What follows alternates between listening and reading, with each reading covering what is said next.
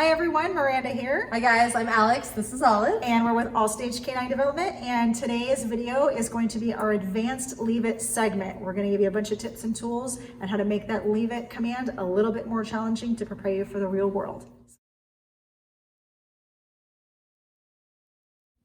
This portion of our advanced leave it video is going to talk about real world accidents. This is where we run into things like dropping a bottle of pills when we have a headache, or the kid accidentally knocks down a whole tub of chicken nuggets. Those are those situations where we want to set the dog up to succeed when we're giving them a leave it command. Now, when you start working on challenges like this, we want to make sure that we're setting our dogs up to succeed and not to fail. It's much easier to praise the dog when they do it right than it is to reprimand them when they do it wrong. So one thing that I like to say during this training portion is it is okay to cheat when you're doing dog training. You can give your dog a heads up, hey, guess what? I'm gonna drop something and I want you to leave it. So when you first start practicing this, go ahead and give them a heads up. Tell them leave it before you drop it. And then as you do practice, then you can start eliminating that pre-warning that something's going to fall and set them up for a more real world situation. While you're first starting this leave it, you may run into some challenges when you drop those treats, and that's okay. So if your dog pops up when you first toss those treats, if you can interrupt them with a quick little or some sort of noise to stop them from moving, give them the position you do want them to go into. So maybe replace them into a sit or a down position and reinforce that leave it without them getting to the treats. That's still a win. So put them back into that position, hold it, grab what it is that you need to grab that may cause them harm, and then release them and give them a ton of praise.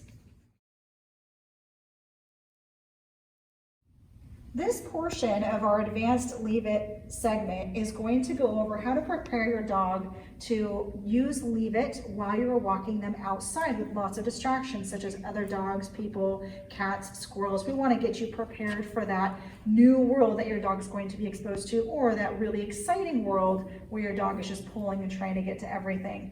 So what we're going to focus on is when you are walking your dog, you want to make sure it's not just a repetitive command. You don't want to say leave it, leave it, leave it, leave it. Leave it as a bridge command. You want to make sure there's a command on the other end of it. So it's going to be leave it, let's go. Leave it, sit. Leave it, stay. You want to make sure your dog knows exactly what they're doing after that leave it. Otherwise, it's going to be almost pure torture because it's a cat and they really want to get to it. We want to be it's a cat, I don't get to disengage, and I'm moving with mom. So that's what we're going to be focusing on this segment.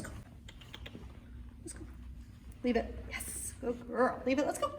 Leave it. Yes. Good. Leave it. Let's go. Yes. So as your dog starts getting better and better at walking by those treats, we want to start making things a little bit more challenging to actually prepare them for those moving items that are outside. So what we're going to do in this section is we're actually going to start tossing treats, and it's going to really trigger that drive to run after something that's moving. So we want to make sure we use that leave it and let's go. So that's what our practice is going to be. Leave it. Let's go. Girl. Let's go. Yes. Good girl. Leave it. Yes. Good. Leave it. Yes. Leave it. Sit. Yes.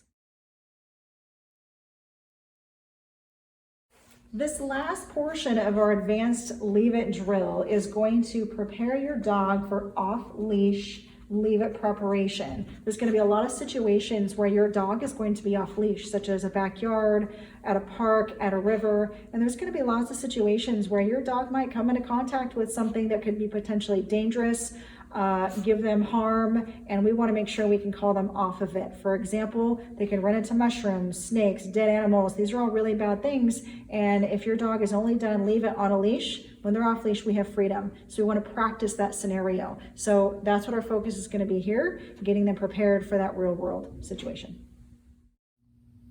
All right, guys. Well, I hope you enjoyed our segment on the more advanced leave it. Just remember, if we ask them to leave something, it is forever.